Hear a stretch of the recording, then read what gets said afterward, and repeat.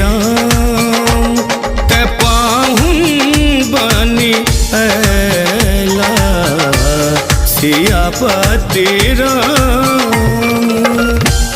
मिथिला नगरिया हमर स्वर्गों स सुंदर